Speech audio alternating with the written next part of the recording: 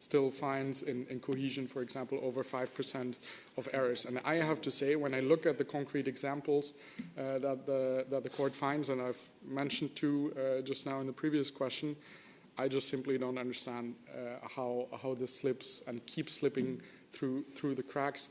So if you could explain to me, Commissioner, so what are you doing? What are the concrete measures to bring this down that we can go back under materiality threshold? Well, first of all, I think that it all starts with the complexity of the rules, but that we have already explained on a number of occasions. So clearly, simplify programs, which is part of the MFF proposal, is part of that exercise as well, and part of the exercise to reduce the level of error. Secondly, we also know that we need to engage, and we do engage, in particular in cohesion with the national authorities and implementing partners, concentrating the attention of their attention on the undetected errors and their root causes. And this is at the very heart of this action plan that is implemented right now by DG Regio, the action plan which is aimed to increase the detecting capacity of implementing authorities, of implementing partners and national authorities. And also thirdly, we need to strengthen the corrective capacity, and that is also the task for the Commission. So the difference between risk at payment and risk at closure, it has to be reduced. As you have noticed, we have different methodological approaches, and indeed the 2.9% to which I have referred, it refers to the last stage of the process, the level of errors at the closure. So I'm not sure there is this capacity to correct the situation as we go along the line of the implementation.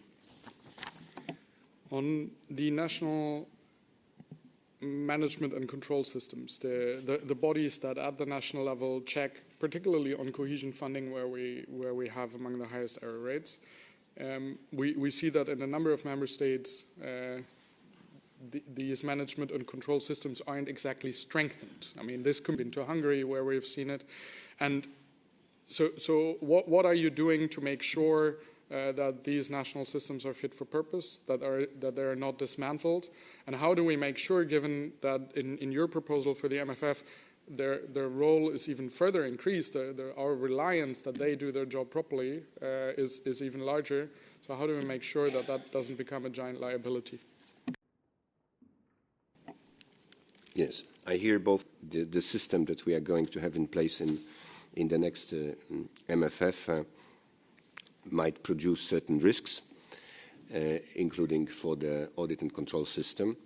But I would also try to argue from the other side that with the national and regional partnership plans regulation, we also set up national the requirements, tough requirements for the national management and control systems.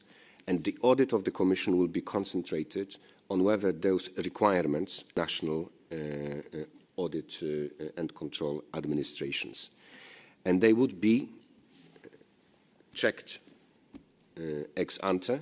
That would be a precondition to enter into the implementation phase on the agreement of the plan, and they should also be implemented or kept in place during the implementation phase. And we are drawing from both the opinion of this committee, but also of the court, on what those requirements should be.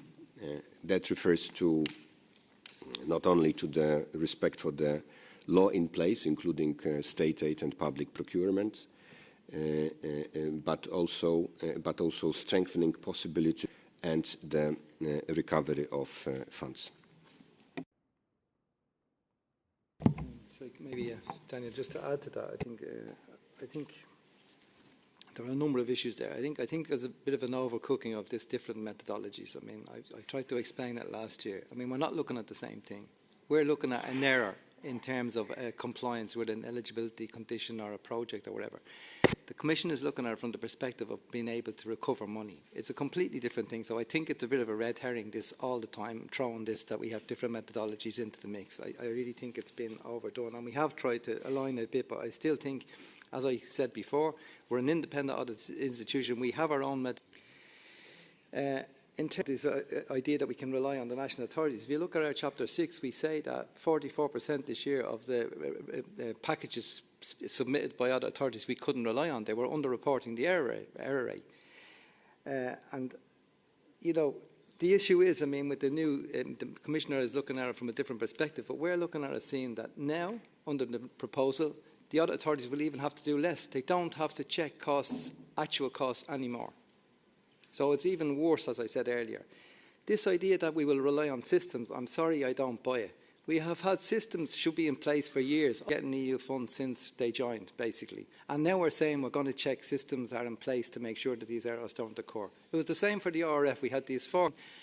I mean, to me, this was nothing new. These are basic requirements which should have been in place before, and nothing to do with the delivery model. I mean, these are standard, you know, systems that you would expect to be in place. And year after year, we come back with the same errors. And we're just doing, as I say, we're so, we now cannot rely on the work of the audit authority, so we are now going away from this attestation where we just re-perform their work, and we'll go back to a random sample because we just can't rely on it. And we will see now what the results are in terms of a broader sample. Thank you. Thank you very much. So we move on to the shadows, starting with Tomasz Czechowski. Thank you, Mr. President. We would like to thank you, the European Court of Auditors, for presenting the 2024 annual report on the implementation of the European Union budget.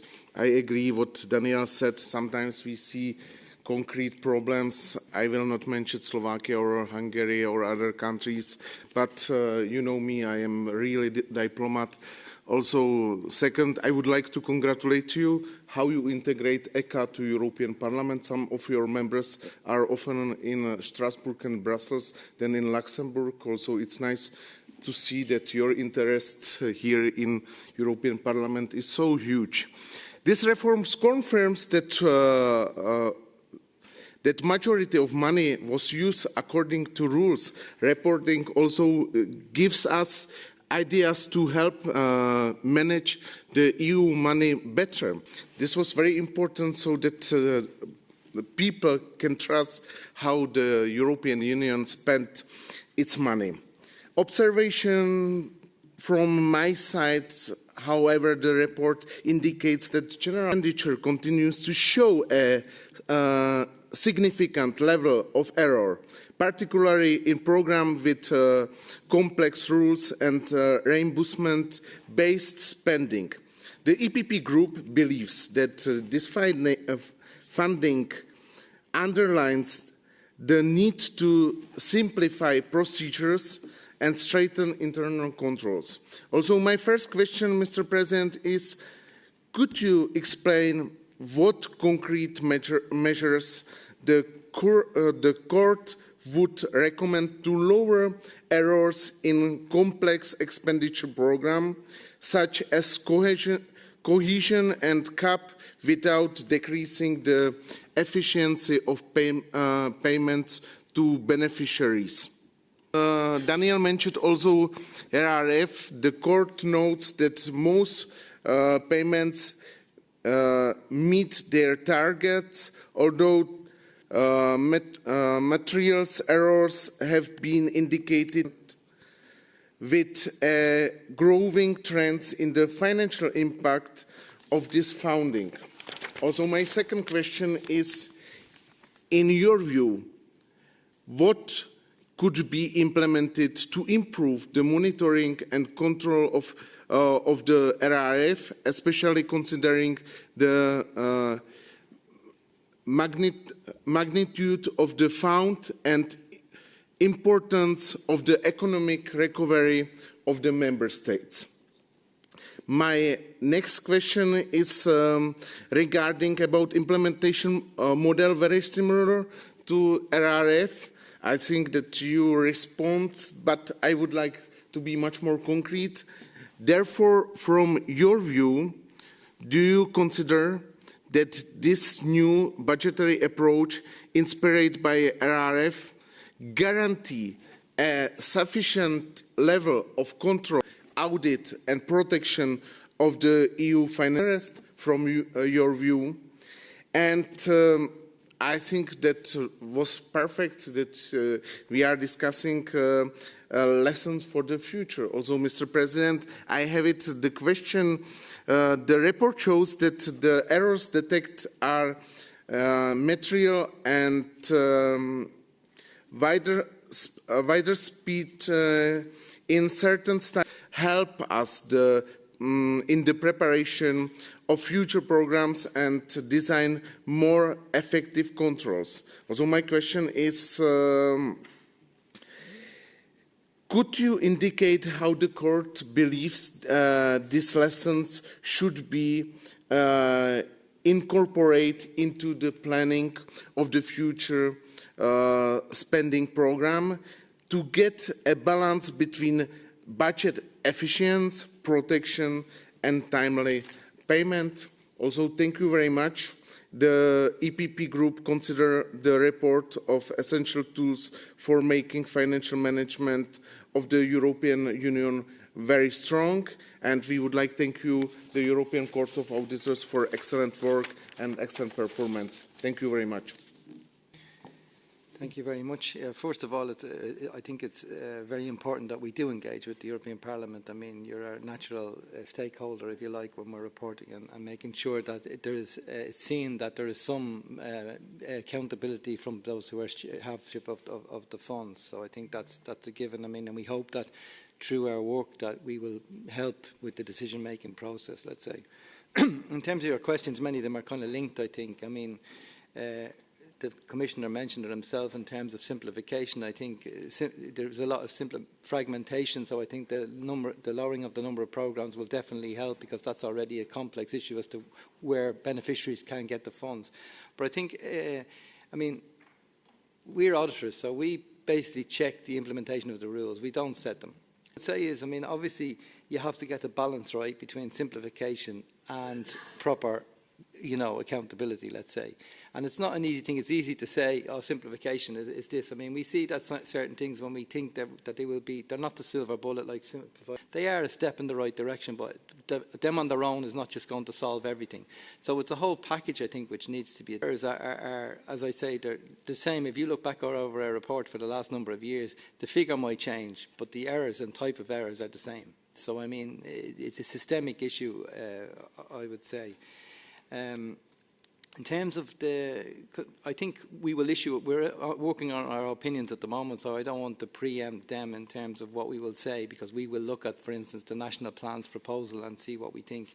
But from what we see already, as I mentioned, I mean, we see that there's even less of a role for the audit authorities. You know, it's back to more relying on systems work. So I think what we need to see, as I said, we keep saying, completely in favour of a performance-based instrument, as I say, providing it is one, and there is a proper traceability. I mean, we're auditors, we like to see another trail that we can follow, and then we can report back to you that we can say, this is what has happened with that money. And with the RF, it's not so easy, I would say. So I think there needs to be a rebalancing in there. In terms of the financial impact, I mean, you mentioned that we don't have an error rate as such for RF, because it's not like a homogeneous population. Every member state has its own national plan and they're not comparable. But maybe, Jan, you might like to say something on the increase there. No, maybe, as Tony mentioned, the issue of traceability, this is an area which we found really important, and also into this year's report. In Chapter 11, we analyzed traceability in 5 member states, in Germany, Greece, Spain, France, and Italy. And basically, in 2 member states, in the other 3, it's more ad hoc. So I think there is a need that this traceability for EU funding would be kind of synchronized among member states, providing the same information because we found a significant variation in the type of information published. And for us to play a deterrent role of the court on the spot in the member states, we need to do sampling of the transactions, and for that we need definitely synchronized data by the Commission in due time, and really ensuring full audit trail from the top to the very final beneficiaries. That's a must. I think we cannot compromise on that. Also on the recommendations, what we feel should be improved, we have provided some recommendations, previous reports on RRF to improve audits and ex-ante assessments. Also this year we have two recommendations on RRF, one to extend the coverage of checks performed during the preliminary assessments, basically not to rely too much on the data provided by member states, and also address delays in member states' implementation of the Commission audit recommendations, because there have been some delays. And of course, we will continue to provide recommendations also next year, and I hope we would be able to analyze the changes in the plans, because you cannot simply change the plans in a way to spend all the money at the expense of decreased ambition of the plans, I think, finance. Right. Eero. Thank you, and Mr. President, thank you for your presentation, and also congratulations on your re-election as the President of the Court. Really valuable, important report for our work. I have 5 questions in my mind. One of them is more to the Commission. The first one, your audit affirms that the way funds are disbursed impacts the risk of errors. And I'm interested here on the question of fraud. Does this apply also to fraud? Are some ways of disbursing funds more prone to fraud than others? We can see quite big changes to fund disbursement in the Commission's new MFF proposal, so it would be interesting to hear how different models compare from the perspective of protecting the EU budget against fraud. And then my second question, you note that there are significant differences in the absorption of RRF grants between member states. And we can see that in many cases, countries that have spent a lot under the RRF have spent less under cohesion funds, and vice versa. Do you see a substitution effect here? Are member states using RRF funds for projects that otherwise would have been funded from cohesion? What does this mean for the added value of the RRF? Third question, when submitting payment requests, member states need to report on suspected fraud cases in their management declarations. In 2024, only 5 cases were reported. At the same time, EPPO was handling 311 active cases related to the Next Generation EU, all except 4 related to the RRF. The estimated damage is nearly 3 billion euros, and this is quite a big contrast. With over half the money left and the deadline is less than a year, do you see a risk that more cases of suspected fraud will go undetected by member states? And then fourth, on rule of law, the court found serious weaknesses in the appointment of judges connected with the reform to strengthen the independence and impartiality of courts in Poland. The satisfactory fulfillment of these milestones was a precondition for the 2 RRF payments to Poland in 2024.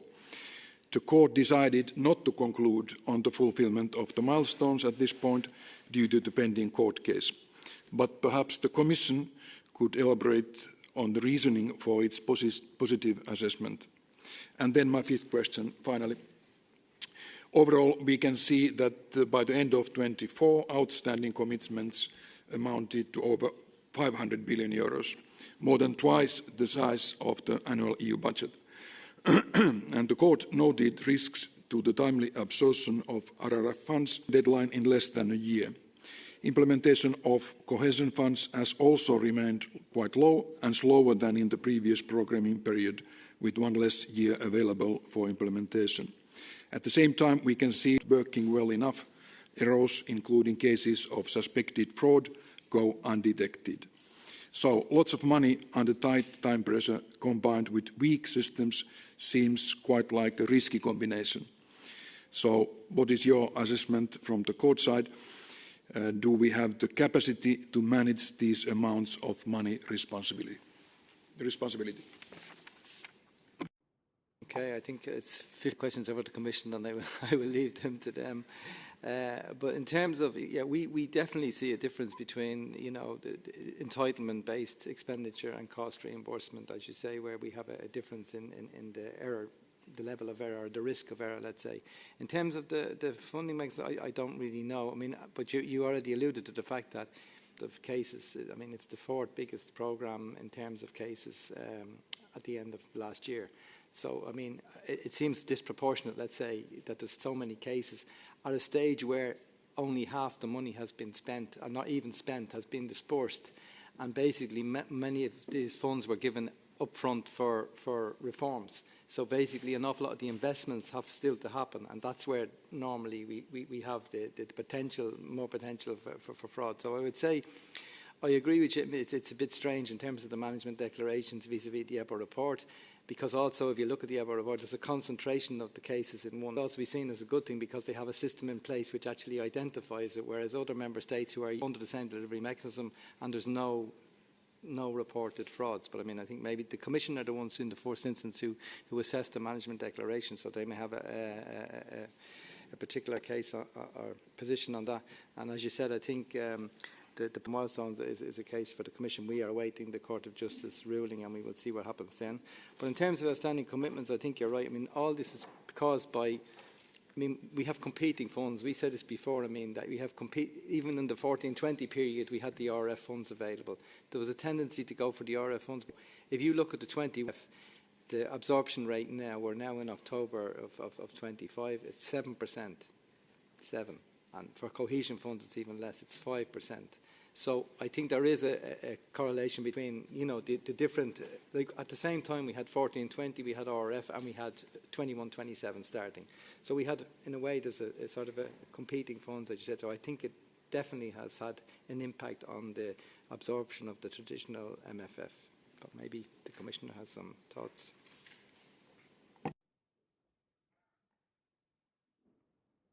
I was already given the floor. I give the floor now, please. So the question on the super milestones on independence of the courts in Poland.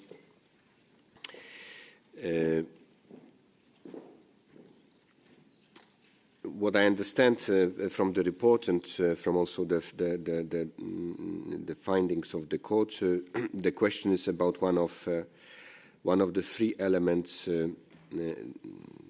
of the requirement number 5, and it refers to the weakness regarding the appointment of judges of the professional liability chamber. So the Commission based its positive assessment of the milestones on the established case law of the Court of Justice, including on the appointment of judges. The Commission's interpretation has been supported by the opinion of 29th of April 2025, so this year, delivered by Avocat General Spielmann in case C-T1 on the same topic. So in a nutshell, as the President said, there is still not a final ruling of the court. We have an opinion of Avocat General. We have an established case law of the court on the issue. And at the time when the assessment of the milestone was carried out, that established law was the basis of the decision of the Commission. All right, Mr. Sanchez.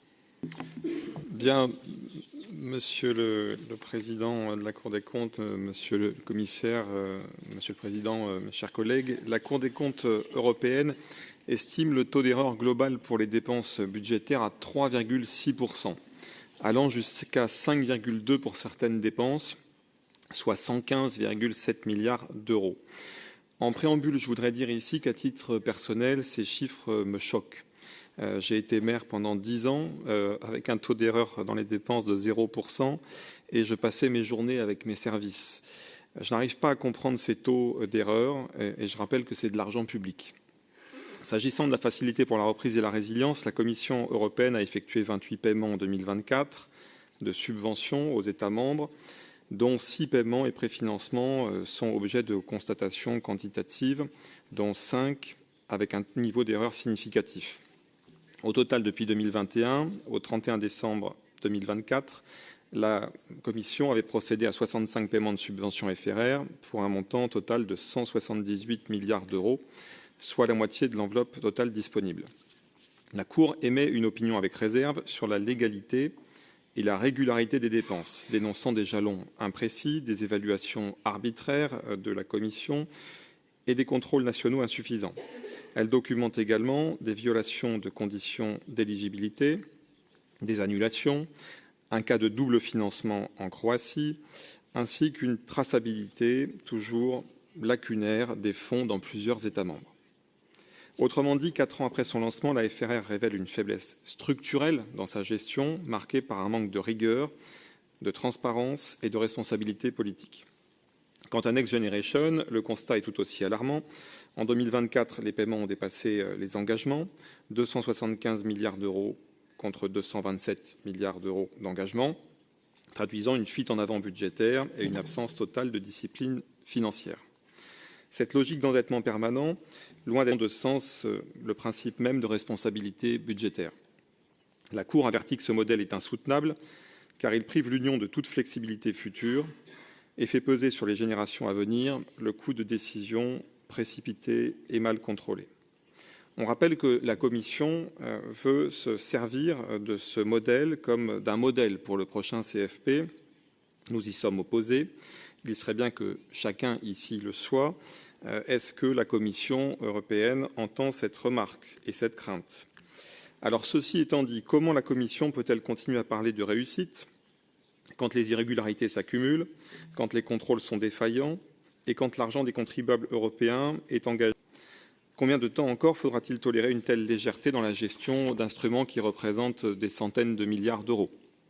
Il est temps de rompre avec la culture de l'impunité budgétaire, de rétablir la responsabilité politique au cœur du contrôle des fonds européens et de soumettre chaque euro dépensé à un véritable examen de résultats. C'est le seul moyen de restaurer la crédibilité de notre Union, citoyens donc des pays de l'Union européenne. Je serai rapporteur donc de rapport sur la protection des intérêts financiers de l'Union 2024. Ça m'intéresse bien sûr dans le cadre de ce rapport de proposer des solutions. Une demande de réunion de travail a été adressée à la Cour européenne des comptes et je ne doute pas qu'elle acceptera donc par le secrétariat de la Commission. Et j'associerai bien sûr tous les shadow rapporteurs à cette. Enfin, comme nous le rappelons chaque année, et la transparence, l'accès libre aux données sur les bénéficiaires finaux des fonds notamment, ça n'est pas le cas aujourd'hui. Tout est opaque, il n'y a pas vraiment de transparence. Donc j'ai 2 questions pour terminer. À la Cour européenne des comptes, est-ce que vous diriez qu'il est facile ou difficile d'avoir accès aux données pour vous? Ça, c'est une première question. Deuxième question, vous faites des recommandations régulièrement, des recommandations de qualité. Vous faites un vrai travail de fond et je vous en remercie. Mais souvent, comment est-ce que vous vivez cela? Et ma dernière question à la Commission européenne. Souvent, la Cour des comptes a donc fait des recommandations qui n'ont pas été prises en compte par la Commission européenne. Pourquoi? Comptez-vous davantage les prendre en compte? On peut d'ailleurs regretter qu'il n'y ait pas de réelle valeur contraignante à ces recommandations. Je pense qu'il serait souhaitable que ces recommandations aient une valeur contraignante davantage. Merci. Okay, thank you very much. First of all, I couldn't agree more with you that we agree that every euro should be followed up for the credibility of the project. I think that's without doubt, and this is why our key core values are accountability and transparency. In terms of the future programmes, as we said, we're currently working on our opinions. but we will basically, we think some of the lessons which could be learned from the RRF should be taken on board at this point before it's too late. As I said, the RRF was in a different context, a different environment. It had to be done very quickly, but now we have time to be more rational and say, okay, what can be improved vis-a-vis the past? Because I think we would, as I say, continually strive for this, being able to follow every euro and see the impact of it. We have issues with the RF in terms of, you mentioned the vague definition, that we have a lot of disagreements with the Commission because it's very judgmental, and that's another problem. I mean, the more judgmental it is, there's more room for differences between us. The debt, of course, is a concern. We have raised it for many years now because we didn't see a dedicated repayment source. When it was negotiated, the interest rates were much lower. There was also the potential for a known resources decision which didn't materialise, which would have helped. So I think in terms of budgetary management, I think we have to make sure that if we're going down the road of debt, that we're in a position to repay it without having an impact on the rest of the budget. As I said, now we're looking at 0.11% of the budget is just to repay the current level of engine. Access to data generally is not an issue. We do come across sometimes, particularly in neighbourhood in the world where we have other partners like the UN or other bodies like that who are implementing programmes. Sometimes we do have difficulty in accessing documentation. Some external countries where we're given external aid, sometimes it's difficult for different reasons to be able to get documentation. In terms of access to the Commission, I mean, we generally are okay there. We have had some issues in terms of access to the database for the RF, but I think it has been more or less resolved. So in terms of data, I don't think there's a big issue. Maybe yeah, and we'll have something on that. But just to finish from my point, the recommendations, we can only make them. I mean, reports go through this House, who also have sometimes it's either here or at the Council that they will disagree with the Commission disagreeing, so they will ask them to actually, in the discharge resolution, to actually implement the recommendation. But in terms of the recommendations that are actually accepted, I have go back 2 to 3 years afterwards. 90% of our recommendations are accepted in the first place, I would say. And then when we go back 2 or 3 years later, 80% of them are more or less implemented. So I think in terms of implementation, they are taken on board to a large degree. So, but just to finish maybe on the data. No, maybe the documents, underlying documents, you may find in Chapter 1 of the annual report the typology of the errors.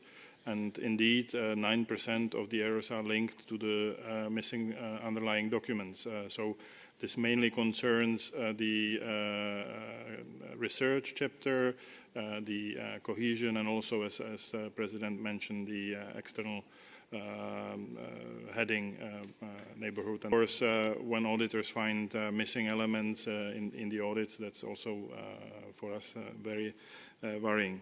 And Tony mentioned the acceptance of recommendations. So indeed, in special reports, it's very positive, as well as in the annual report itself.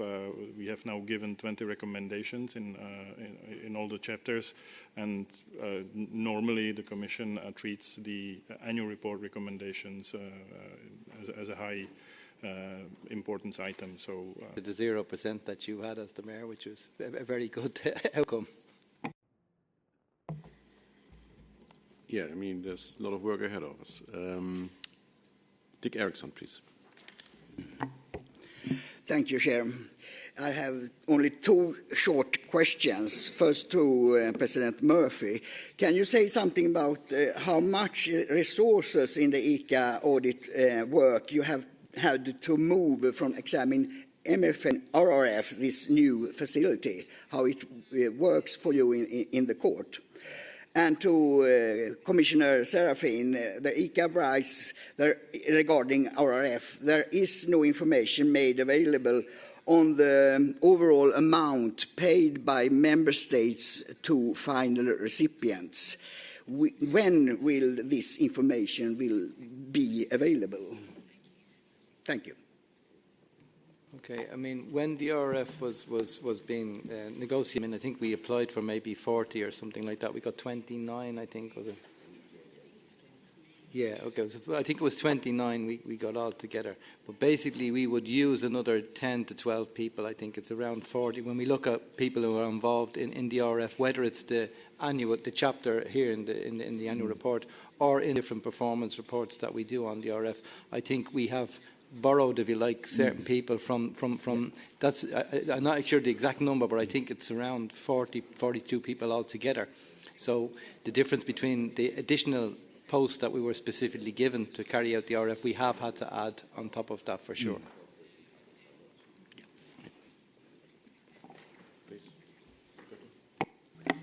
Thanks. I will start maybe with answering the previous questions, a question on the recommendations, and to a large extent it was addressed already in the reply of the President of the Court and Member Gregor. What I would like to say that looking at the recommendations from the last year, of them on board, except for those that were addressed for how the future MFF should look like.